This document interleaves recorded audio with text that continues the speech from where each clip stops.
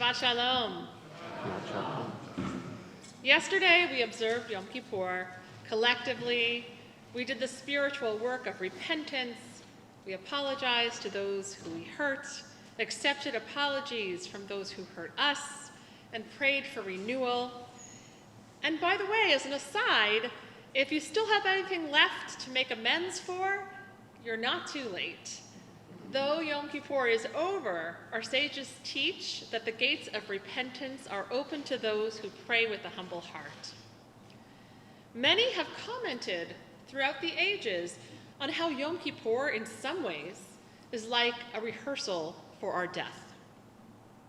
For that one day, we no longer need to focus in on the physical needs of our bodies, and although there are lots of variations on how we observe, Yom Kippur traditionally is a day on which we don't eat, we don't drink, we spend the entire day in prayer, we wear white, the same color of the traditional burial garb, and over again we recite the vidui, the confessional prayers that are similar to the ones spoken before dying.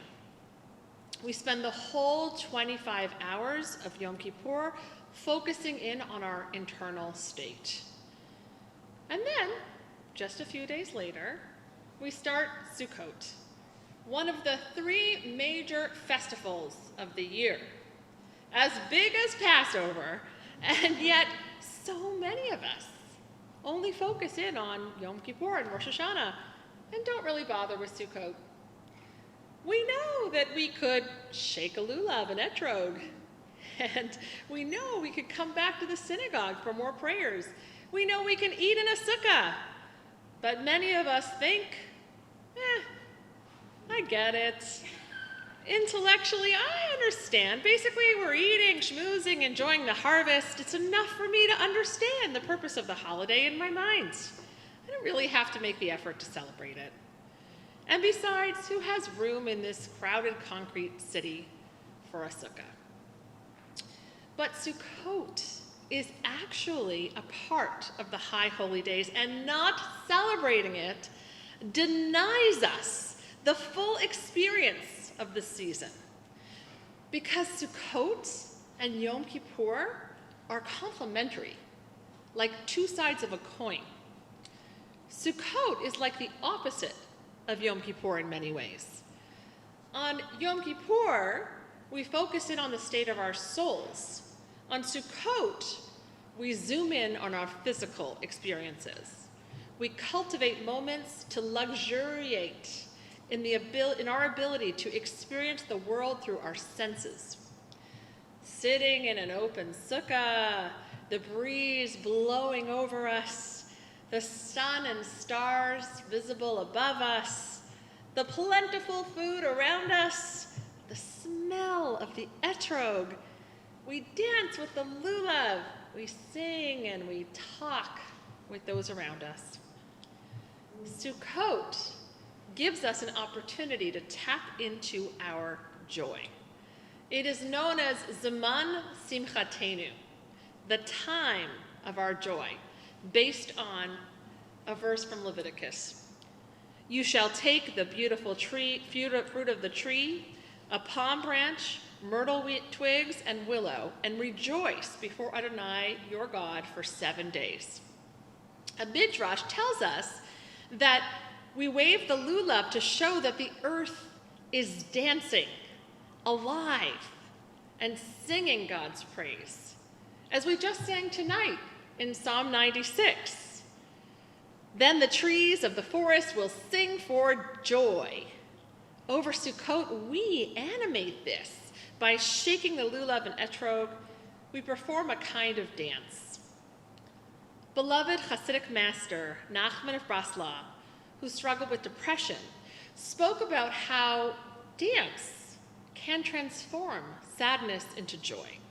He said, if you stand on the sidelines in a room full of people dancing, feeling too downcast to join in, but if one of the dancers pulls you into the circle, you will start to move with the others.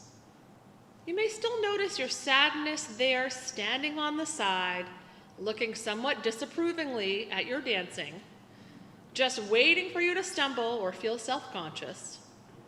But the real task is to bring that sadness itself into the circle and make it dance, to see that it too can be transformed into joy. We don't always recognize joy. The English word happy shares the same root as the words haphazard, hapless, and happenstance, and implies momentary events that happen by chance. Yet joy is a more profound emotion than happiness. True joy isn't fleeting at all. It's not about a transient good feeling. Rather, joy comes from living in alignment with our hearts. We spent all of Yom Kippur working towards Teshuvah, turning back to our truest selves. And as a result, just like the sukkah structure itself, we are much more open, much more able to be vulnerable to experiencing life at its fullest. This is the perfect opportunity to use our vulnerability, allowing it to open our hearts to be available for joy. The psalmist tells us, "Those who sow in tears shall reap in joy." And in a way, we have sown our tears over Yom Kippur. We reflected upon our misdeeds and we took an accounting of our souls. Sukkot is a time of the harvest, and we harvest the fruits of our labor of soul searching. In the wake of Yom Kippur, we have cleared out the clutter of regret and opened ourselves to being present in the moment, making ourselves available to the joy around us.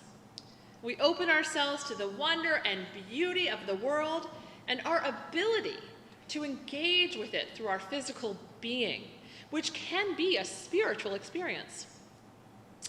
As Ecclesiastes says, there is nothing better for a person under the sun than to eat and drink and be glad. Then joy will accompany them in their toil all the days of their life. May we access the unique joy of this season. Shabbat Shalom, and an upcoming Chag Sameach.